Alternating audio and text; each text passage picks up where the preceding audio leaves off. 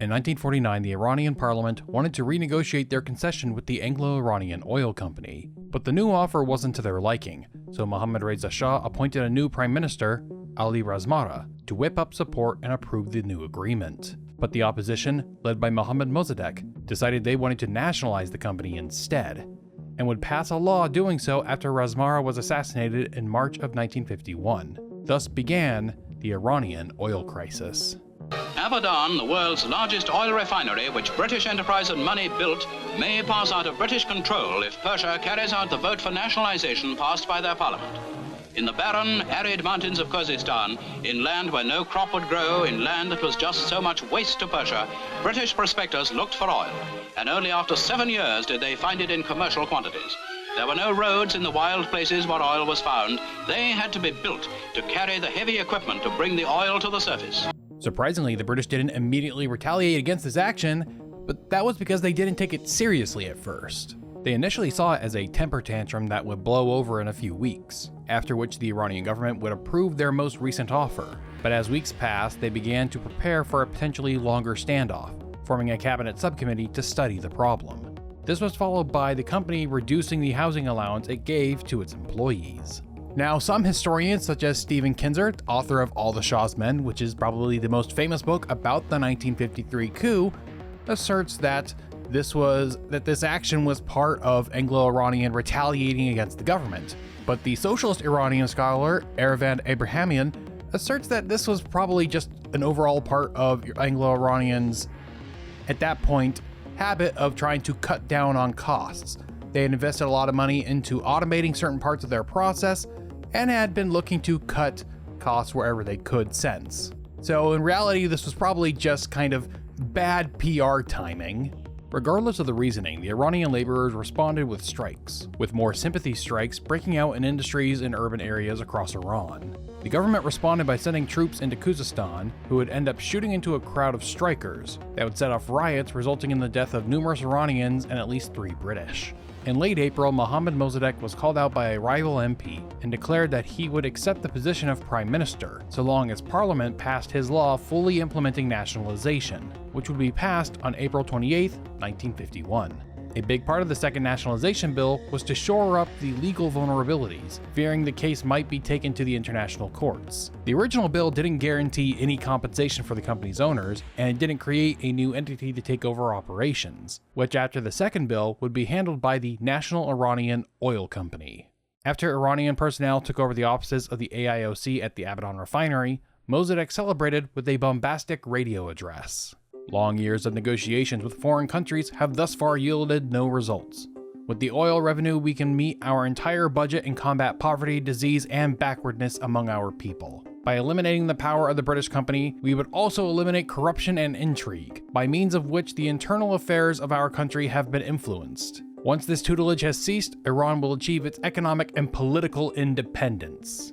Since his return to politics during the occupation, Mossadegh had developed a very theatrical style of politics, playing up his age and frailty in public, and then suddenly switching on a dime to big dynamic gestures. Secretary of State Dean Acheson described him as small and frail, with not a shred of hair on his billiard ball head, a thin face protruded into a long beak of a nose flanked by 2 bright, shoe-button eyes. His whole manner and appearance was bird-like, marked by quick, nervous movements as he seemed to jump about on a perch. His pixie qualities showed in instantaneous transformations. Mossadegh was a nationalist with a populist flair that was common in Iranian politics of the era. He had developed a political strategy of inciting the public into mass demonstrations and mob violence. Combine this with support from the xenophobic Islamists and the Communist Tudeh party, and he had the ability to coerce other politicians and even the Shah into accepting his demands. And although London didn't immediately respond with sanctions,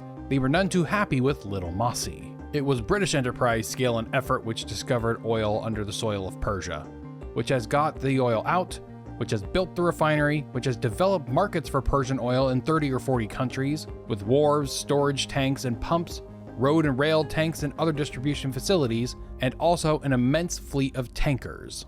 As the oil seeped out, so benefits flowed in to Persia. New bridges were built to support the progress of a thriving industry. Brick houses replaced huts of baked mud for the Persian employees, and schools became an accepted feature. For the first time, Persian children received the advantages of primary and secondary education. And although the Labour government of Clement Attlee nationalized numerous companies itself, he still had an empire to oversee, and he didn't want to be blamed for allowing a precedent to be set to endanger British property abroad. The attitude of the company generally was, I think, contemptuous of the Iranian government, and not without reason, for it was both inefficient and corrupt. We had to deal with an intransigent government dominated by a fanatical nationalist. The situation was potentially dangerous, and we had to make preparations for sending in armed forces in the event of danger to our nationals. On the other hand, any attempt to coerce the Iranian government by use of force was out of the question. Behind closed doors, Attlee was predisposed to accept nationalization by the Iranians, but his foreign secretary, Herbert Morrison, convinced him to challenge it, which would require getting the US to side with them. Their ambassadors in Tehran and DC blamed the Saudi Aramco deal and emphasized the importance of Iranian oil to the British economy. But Dean Acheson tells the DC ambassador that the only way out was to compromise with the Iranians. Attlee would try to circumvent Attlee by sending a message directly to Truman, warning to threats to contract law across the region as a whole.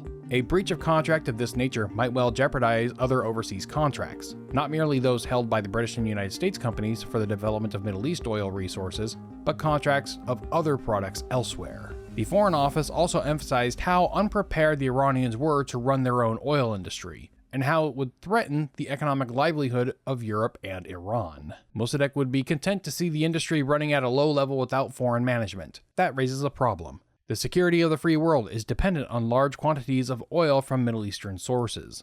If the attitude in Iran spreads to Saudi Arabia or Iraq, the whole structure may break down along with our ability to defend ourselves. The UK's concerns in Iran were primarily economic, but American interests were solidly Cold War, which meant the Truman administration had to balance the need to prevent the Middle East from falling into the Soviet orbit while not damaging relations with its allies in Western Europe. However, there were also the interests of the American oil companies, who had largely been kept out of the Eastern Hemisphere thanks to the European colonial powers. On the one hand, a weakening Europe meant that the American companies could swoop in and pick up the pieces. But on the other hand, American companies also feared setting precedents that could be used against them in the future. So American oil companies tended to go along with London's reprisals against Iran. And as spring turned into summer, the British were considering military options. The British had numerous forces throughout the region and were moving additional warships into the Persian Gulf, with most of its plans centered around securing control of the islands of Abadan, fearing that if they let the Iranians get away with taking the refinery, the Egyptians might go after the Suez next. The Truman administration would talk the Attlee government out of intervention, telling them it would disrupt the balance of power in the region and most likely lead to a Soviet invasion of the North. The only conditions the administration would accept for military intervention was by invitation of the Iranian government, a communist coup, or an armed evacuation of British citizens under imminent danger. Attlee would take the military action off the table in July of 1951, and instead would submit the case to the International Court of Justice and declare a boycott of Iranian oil, while enlisting Iraq, Kuwait, and Saudi Arabia to increase oil production to make up for the loss. US companies, afraid of looking like vultures hovering over a dying rival, followed along with the British boycott. But the sanctions came after several months of failed negotiations. Anglo-Iranian initially resisted the takeover by the Iranian government, citing the arbitration clause in the 1933 agreement, which Mossadegh's government decided to ignore, which was the ultimate reason for the UK bringing the case to the ICJ. The company sends a team to Tehran to meet with the Prime Minister to argue their legal case, simultaneously as the new Iranian officials arrive at Abadan to take over operations. Anglo-Iranian Persian head office went delegates from London to make an offer which surprised the world with its generosity. But while the capital was inflamed by agitators, the offer was not even considered. And amid wild enthusiasm from the communists, a three-man commission was sent to Abadan to take over. The Iranian delegates refused to begin negotiations until the UK legally acknowledged the nationalization of Anglo-Iranian properties in Iran. The company's delegates offered to pay the Iranian government £10 million and an additional £3 million a month throughout the talks, and even agreed to transfer the assets of Anglo-Iranian to the National Iranian Oil Company, but only if a British company was given the contract to operate those facilities in the meantime, which Mossadeq rejected. Their mission fruitless, the Anglo-Iranian oil delegation, led by Mr. Jackson, returns to London as Persia gives the company's employees 1 week to decide whether to stay and work for Persia. After Anglo-Iranian employees refused to follow the orders of the new executives, the Iranian parliament passed a law sentencing those found guilty of sabotage or inattention to death, which resulted in a lot of arrest warrants being issued for Anglo-Iranian employees. Ambassador Francis Shepard began advising British employees of Anglo-Iranian to leave the country, which was followed by an order from the company chairman, William Fraser, for oil tankers to leave the country so as to avoid confiscation by the Iranian government. Additionally, company employees began moving documents from their corporate offices to the British embassy in order to prevent them from falling into the hands of the Iranian government. However, some of the offices were apprehended before this transfer could happen, and those documents were published, which revealed how the company had been involved in the internal politics of Iran. And these stories led to numerous public calls by politicians and clerics for lynching Anglo-Iranian personnel. Additional orders from both the company and the British government told all British employees to begin evacuating, while the Royal Navy sent in ships to the Gulf. All the while, the Iranian executives begged the technicians to stay, knowing they didn't have the required manpower to maintain operations on their own. Abadan, the world's greatest oil refinery, passes out of British hands as the last of the British staff is evacuated by government order. The evacuation of British technicians led to Mossadegh calling off negotiations, rejecting the ICJ's opinion that operations of Abadan shouldn't be tampered with until they reached a final verdict. The Truman administration warned the British that their sanctions threatened to collapse the Iranian economy, which they feared might lead to a communist coup, which the British write off as impossible, asserting that the Iranian economy was too primitive to have an actual collapse. Mossadegh complains to US diplomats that the British were sabotaging his nationalization efforts, and that the UK was trying to overthrow him. In fairness, he wasn't completely wrong, but aside from British hopes that sanctions would create popular outrage against Mossadegh, most of their efforts were spent in trying to convince the Shah to appoint a new prime minister. In a final act of desperation, Dean Acheson would ask former ambassador Avril Harriman, who had experience as a mediator in Iran during the occupation, to negotiate between Mossadegh and Anglo-Iranian. Arriving in Tehran, Mr. Harriman, President Truman's special envoy to Persia, is greeted by the U.S. ambassador. Mr. Harriman, staying as the guest of the Shah at his summer residence, hopes to negotiate a settlement of the oil dispute, thus restoring the flow of oil to the west. Meanwhile, demonstrations against Mr. Harriman's arrival and against Britain are staged by the communists in the inflamed city. Harriman meets with Mossadegh in Tehran, in which he found the prime minister to be extremely paranoid, not just about the British, but also about the Islamists, with Ayatollah Abu al-Qasim threatening to have him killed if he walked back nationalization. The American found Mossadegh to be profoundly ignorant about economics in general, and the oil industry in particular, going so far as to deny basic arithmetic with non sequiturs. Dr. Mossadegh, if we are going to talk intelligently about these things, we have to agree on certain principles. Such as what? Such as nothing can be larger than the sum of its parts. That is false. What do you mean, false? Well, consider the fox. His tail is often much longer than he is. In a message to Dean Acheson and President Truman, Harriman would say, in his dream world, the simple passage of legislation nationalizing the oil industry creates profitable business, and everyone is expected to help Iran on terms that he lays down. The most frustrating aspect of negotiating with Mossadegh was his habit of initially agreeing to something and then later either walking that agreement back or pretending that he had never made an agreement in the first place. And this tendency would follow in every meeting with Mossadegh throughout the entire crisis. Mossadegh seemed to be making a bet that the US cared more about preventing communist expansion in Iran than it did about its relationship with the UK. Ultimately, Mossadegh was unwilling to accept any deal shy of the black and white text of his nationalization law. After his meetings with Mossadegh, Harriman traveled to London to detail his meeting, and he found the British had a completely different understanding of the situation on the ground in Iran. The British believed that the people of Iran were mostly pro-UK, and that it was just communist agitators creating a fuss. Despite this, he was able to convince the British to send another team to Tehran to negotiate, but they found Mossadegh unwilling to budge on any point, whose ultimate goal was the eradication of all British influence from Iran, regardless of the costs. On the British end, it was Mossadegh's refusal to comply with the ICJ's orders to temporarily halt the nationalization process that led them to call off negotiations. The present actions and threats of the Iranian government are such that if they continue, they may render it impossible to execute a judgment in favor of the United Kingdom.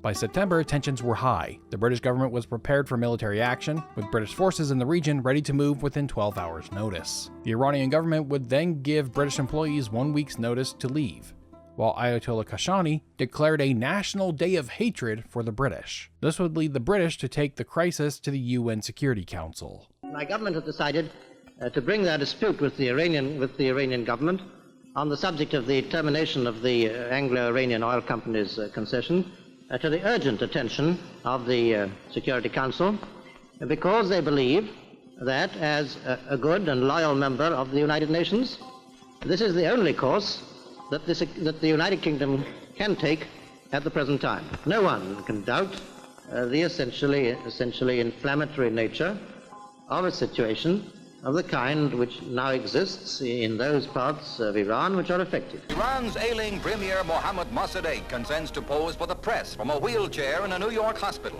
Here to argue his nation's case in the British-Iranian oil dispute before the United Nations Security Council, Mossadegh goes to Flushing Meadow to appear before a packed council session.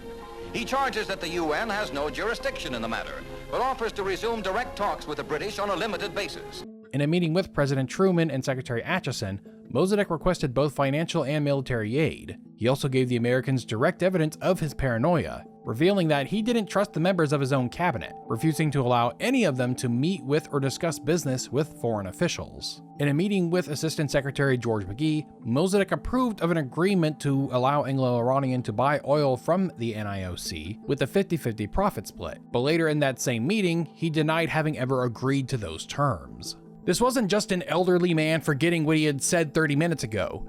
This was a deliberate strategy in order to appease a political audience back in Iran. Don't you realize that, returning to Iran empty-handed, I return in a much stronger position than if I returned with an agreement which I would have to sell to my fanatics? Mossadegh's self-defeating quality was that he never paused to see that the passions he excited to support him restricted his freedom of choice and left only extreme solutions possible. We are perhaps slow in realizing that he was essentially a rich, reactionary, feudal-minded Persian inspired by a fanatical hatred of the British and a desire to expel them and all of their works from the country, regardless of the cost. The task of American mediation was difficult enough, but the British would take a harder line after their general election in October brought Winston Churchill and the Conservatives back to power. And with Britain on the verge of bankruptcy, the new government strategy was to increase economic pressure on Iran. Churchill believed that Attlee's government had been too indecisive about Iran, but he also had a personal stake in the issue. It was his lordship of the Admiralty that got Britain to buy a majority share in the Anglo-Persian, and to convert the Navy to petroleum fuel. Additionally, his new Foreign Secretary, Anthony Eden, had studied Persian literature at Oxford, and had been involved in negotiating the 1933 accord with Reza Shah, and with the invasion of Iran in 1941. Their strategy was to force the Shah to replace Mossadegh through sanctions, which the Truman administration feared would backfire and lead to a communist revolution. If Mossadegh's policies were to prevail, the oil industry would be ruined, and with it any possibility of material progress in Iran. A backward and corrupt agricultural state would move deeper into poverty with calculable consequences. And if this channel is to prevail, then it needs your support over on Patreon or with channel memberships. I've been doing Patreon for a long time now, and I appreciate every single person who has supported the channel between then and now. And I hope as many of you who have the means and the desire to support me that way continue to do so. But I understand that some people, for one reason or another, don't want to support creators through Patreon. And so that's what channel memberships are for. And so I have used the YouTube tools in order to recreate the standard, advanced, and premium tiers of my Patreon page to here on YouTube.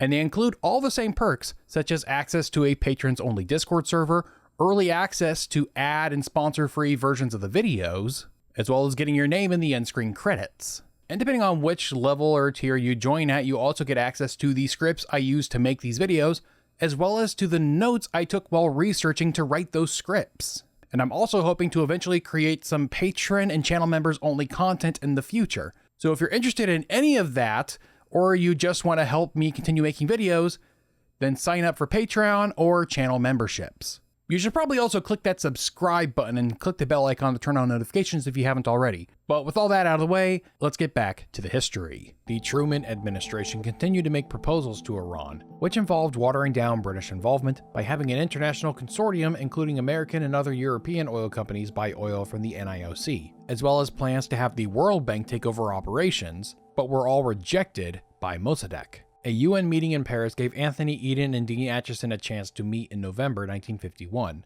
where they wanted to discuss their priorities in the Iran issue. Eden expressed interest in securing compensation for Anglo-Iranian shareholders, which necessitated the Iranian oil industry being restarted so the government had money to actually pay compensation, along with securing the right of British citizens to work in Iran. Acheson was worried that the sanctions might lead to a communist takeover before a more reasonable prime minister could replace Mossadegh, or even lead Mossadegh to seek aid from the Soviets. In spite of his weariness about British means, by this point Acheson was convinced that Mossadegh was a bad actor, and made sure that all deliveries of economic aid to Iran from the State Department came with an explicit message that it was for the Shah and the Iranian people, intentionally excluding the prime minister or his government. As the economic situation in Iran worsened, Mossadegh's political power grew, as he was able to portray the crisis as a battle for independence against the imperialist West. But he knew this message was mostly appealing to urban Iranians, whereas the bulk of the population were still living in conservative rural areas. So when elections were held in early 1952, Mossadegh would rig the election by ordering the vote counting to stop after only 79 of 136 seats in the lower house of parliament were determined. Fearing he would lose control, he justified this action by claiming that there was foreign interference, which made the US less inclined to continue sending aid unless an oil deal was reached. 85 members would eventually be admitted to the new parliament, of which only 65 voted for Mossadegh to continue as prime minister. Clashes between communist and anti-communist gangs became more frequent and intense as Mossadegh began to lose support in parliament, leading him to seek more unilateral power. In July of 1952, Mossadegh orchestrated a political stunt that would give him dictatorial powers over the country. After appearing at The Hague to argue Iran's case against Britain, he demands the Minister of War portfolio for himself, a position the Shah typically reserved for themselves. When Mohammad Reza Pahlavi refused to give it to him, Mossadegh resigned in protest. The Shah would then appoint former Prime Minister Ahmed Kavam to return to the role, after which Kavam announced a change in policy toward the oil dispute. This would trigger massive strikes in Tehran and across the urban centers of the country, led by the Tudeh party, which would clash with security forces. After 5 days of riots and protests, Kavam would resign, and the Shah would reappoint Mossadegh as prime minister, and name him Minister of War as well, thus giving him control of the military as well as the mobs. The day after Mossadegh resumed power, the International Court of Justice ruled in favor of Iran, which made the prime minister even more popular, and led the Tudeh party from being de facto supporters of Mossadegh to openly endorsing him. He used his boon in popularity, combined with his ability to incite mobs against his opponents, to get Parliament to pass a law that allowed him to rule by decree for 6 months. And then in early 1953, he used those tactics again to get them to extend his power to rule by decree for an additional 12 months. The Truman administration's response to the ICJ ruling was to pressure London into finalizing a deal with Iran before the situation got worse. Despite having won the legal battle for nationalization, Mossadegh began to realize that he was losing the economic battle. Not far from the great Sun Temple at Palmyra, the city that stood at the crossing of the ancient desert trade routes, a new route comes to life as the huge oil pipeline is completed. 500 miles away, the last 93-foot links of 32-inch piping link up with the huge Iraq petroleum oil fields at Kirkuk. 20 million pounds have been spent since the war on the huge petroleum refinery at Stanlow, Cheshire, which covers an area of 2.5 square miles. This is where 8 millions of it went. It's a new plant where more than 2 million gallons of high-octane fuel are produced weekly by a system called catalytic cracking. The plant, known as a cat cracker, needs only 8 men to work it.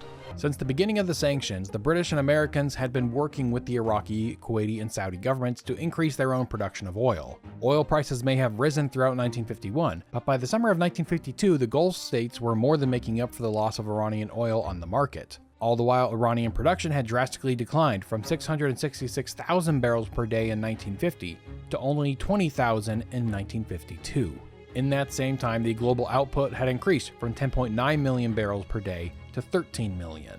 During this period, U.S. aid to Iran had grown from $500,000 to over $23 million annually, but it wasn't enough to keep the Iranian economy afloat, with the government failing to pay its soldiers for 2 weeks. Mossadegh would try to use the possibility of a communist coup, or him turning to the Soviets, as leverage to get the Truman administration to give more aid, which was refused. President Truman had finally decided to halt all economic aid to Iran until they signed a new oil deal with the UK, while also trying to pressure Churchill's government into compromising as well. Foreign Secretary Anthony Eden believed that Mossadegh was the primary obstacle in securing a deal, with Whitehall exploring options for removing him from the premiership. He felt confident doing this because reports from diplomatic staff across Iran were claiming that anti-British animosity was minimal and would mostly dissipate once Mossadegh was gone. If the present government were replaced by one which did not whip up anti-foreign sentiment for its own purposes, opinion would soon change. The Shah had also grown tired of Mossadegh and his use of violent intimidation.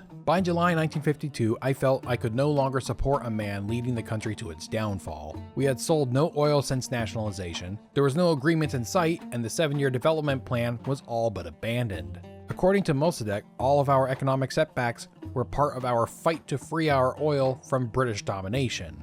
They simply bought more oil from Iraq and Kuwait, where it cost them less. Thus, Iran lost while Great Britain profited from Mossadegh's negative equilibrium. Mossadegh would use his power to rule by decree to implement economic and land reforms, in hopes of making the government less dependent on its now worthless oil. He raised taxes, changed election laws, and began confiscating land from elites to redistribute to peasants, whom he encouraged to form collective farms like in the Soviet Union. He also banned civil disobedience, opposition newspapers, and any form of political dissent, centralizing more and more power. To pay for these programs, he was forced to devalue the Iranian currency, thus worsening inflation. He also began to purge the army of any officers he felt were insufficiently loyal to him. He appointed Brigadier General Taqi Riyahi as the new Army Chief of Staff, along with Brigadier General Mahmoud Afshartos as the Chief of the National Police, with Colonel Hassan Ali Ashrafi as the Administrator of Martial Law. He also exiled the Shah's twin sister from Iran and banned top-ranking officers and foreign diplomats from visiting the Shah. Mossadegh had spent most of his premiership appeasing his leftist allies, all the while neglecting the Islamists, whom he had promised to institute Sharia law for, which he had failed to do even when he had the power to do so unilaterally. This would continue to fracture his already dwindling support in the parliament, leading him to demand the Shah dissolve parliament in October of 1952. The Tudeh party began spreading a rumor that there was an American plot to oust Mossadegh, which resulted in mobs attacking American consulates and libraries, further deteriorating Mossadegh in the eyes of the U.S. State Department. As I listened to him, I could not but be discouraged at the thought that a person so lacking in stability and clearly dominated by emotions and prejudices should represent the only bulwark left between Iran and communism. President Truman made one last attempt at resolving the crisis before the 1952 presidential election. Mossadegh had opened talks with Britain after the ICJ ruled in his favor, with the Truman administration drafting a proposal that gave the Iranian government immediate cash loans if they agreed to allow the ICJ to arbitrate the compensation dispute. But Eden and Churchill rejected the offer, claiming that Mossadegh was already beholden to the communists. Mossadegh also rejected the offer, believing it secretly continued Anglo-Iranian's oil monopoly under different auspices. In August of 1952, Churchill and Truman would offer a joint proposal to Mossadegh in which the ICJ would settle the compensation issue. The US would give a $10 million grant to the Iranian government, and the UK would ease sanctions on Iran, while Anglo-Iranian would negotiate a deal with Mossadegh to resume exporting oil from Iran. However, around this time, an American firm, the City Service Oil Company of New York, reached out to Iran to potentially buy its oil. No agreement was signed, but it convinced Mossadegh that there was still demand for Iranian oil, and thus he didn't need to sign a deal with the British and rejected the joint proposal. Desperate to get more money into Iran's coffers and annoyed with the British refusing the deal made in July, President Truman would begin to encourage American oil companies to start buying oil from Iran. He even went so far as to shut down an antitrust investigation against the oil industry to assure them that there would be no retaliation. But this failed to entice the American oil industry, who continued to side with Anglo-Iranian on the nationalization issue. And by fall of 1952, a deal seemed unlikely. In October, the Iranian government ordered the closure of all British consulates as well as their embassy in Tehran, under suspicion that they were involved in interfering in internal Iranian politics. The Truman administration attempted one last deal in December, after Eisenhower and the Republicans won the elections. Acheson put together a deal that included everything Mossadegh had agreed to in recent talks, and attempted to sweeten the deal by offering export-import bank loans in exchange for oil, with the US Navy offering support in the delivery of the oil. But Anthony Eden decided to halt the negotiations, believing he could get a better offer from President-elect Eisenhower. The British weren't the only ones who believed they could get a better deal from the incoming administration. In early January 1953, before he was sworn in as president, Eisenhower received a letter from Mohammad Mossadegh, who for some reason believed the American president would retain the same animosity for the British he had. For almost 2 years, the Iranian people have suffered acute distress and much misery merely because a company inspired by covetousness and a desire for profit supported by the British government has been endeavoring to prevent them from obtaining their natural and elementary rights. Eisenhower had met Mossadegh while serving as president of Columbia University during the latter's visit to the U.S. in 1951, and he had come to a similar opinion about the man as everyone in the Truman administration had. A semi-invalid who, often clad in pajamas in public, carried on a fanatical campaign, with tears and fainting fits and street mobs of followers, to throw the British out of Iran, come what might. And unfortunately for Mossadegh, Dwight looked at the crisis through the same Cold War lens as Truman, and during the campaign had lumped in Iran with Korea and Vietnam as countries to be concerned about. And when anti-British animosity didn't work, for some reason he tried strong-arming the administration into lifting the sanctions by threatening to sell its oil to the Eastern Bloc at below market prices. Despite their misgivings about Mossadegh, the Eisenhower administration believed that no agreement between the UK and Iran was worse than a bad deal, and thus pressured the UK to place a cap on its compensation demands. The negotiations were over compensation and what exactly was to be compensated for. The Iranians asserted that the only thing they were willing to compensate for were the material things that they confiscated from the Anglo-Iranian Oil Company, whereas the British wanted them also to compensate for the loss of future profits. And in his typical fashion, Mossadegh kept waffling on what he was willing to compensate for and what amounts. And the British were none too happy with the Eisenhower administration's proposal that they send American technicians to operate the facilities at Abadan. The difficulty of this situation remains that the Americans are perpetually eager to do something. The president repeated this several times. I reminded him that in response to American pressure, we had modified our terms over and over again for an Iranian settlement. For my part, I had many times felt in the last 2 years that if we could just stay put for a while, the chances of settlement would be improved. Negotiations continued to stall through the spring of 1953, with every offer to dilute but not eliminate British involvement in Iran's oil industry being rejected as insufficient. All the while, Mossadegh continued to ask Eisenhower to get sanctions lifted. There was also increased violence from Tudeh party thugs that Mossadegh refused to clamp down on. By this point, the administration had decided to take action against Mossadegh. So when he received another letter asking for aid in late May, the president waited over a month to reply, giving just barely enough to prevent the total collapse of the Iranian government, but not enough for Mossadegh's policy agenda. And his facade of power was beginning to crack. Opposition to Mossadegh continued to grow in parliament, with numerous MPs meeting with the Shah in private, advocating that he replace Mossadegh. There was even a conspiracy to oust Mossadegh via a parliamentary quorum, basically convince enough members of parliament to not show up for a session and have all the politicians justify their not showing up by saying, well, we fear for our lives from the Tudeh party thugs, which was not an unrealistic excuse because, well, it had been happening. Now, this is all to give the Shah political cover to use his constitutional prerogative to remove Mossadegh from power. But Mohammad Reza Pahlavi was also afraid of Mossadegh and his mobs, and thus refused to exercise that power. There was also opposition from the Shiite clerics, who were angry at him for not keeping his promise to implement Sharia law, with Ayatollah Kashani beginning to orchestrate his own anti-Mossadegh demonstrations in early 1953. With growing opposition, Mohammad Mossadegh decided to begin a propaganda campaign against both parliament and the courts, who were his biggest institutional roadblocks, not counting the Shah stealing his nerves. A major confrontation between the Shah and Mossadegh would occur in early 1953. Much of the royal family had been exiled from the country and were banned from holding any public offices, which many feared was the first step toward deposing the dynasty as it happened to the Qajars in 1925. But when Mossadegh had his decree powers extended by an additional 12 months in January, the Shah threatened to go into exile in protest, which saw pro-Shah demonstrations incited by Shia clerics storm Mossadegh's home, forcing the prime minister to seek shelter in the US embassy. This was followed by a tribal revolt in early February, which Mossadegh blamed the Shah for. Now, for the next event, there are disputing accounts. In late February, the Shah was going to leave Iran for an extended period, and depending on who you ask, it was either due to intimidation by Mossadegh or pre-planned medical tourism that escalated into a political demonstration. In his 1980 autobiography, Mohammad Reza Pahlavi claimed that it was Mossadegh who had pressured him to leave the country. This view is corroborated by both Anthony Eden and Dean Acheson's memoirs as well, and it's definitely the most common told version of the event. But in Dariush Bayandar's book, Iran and the CIA, The Fall of Mossadegh Revisited, he recounts the event differently.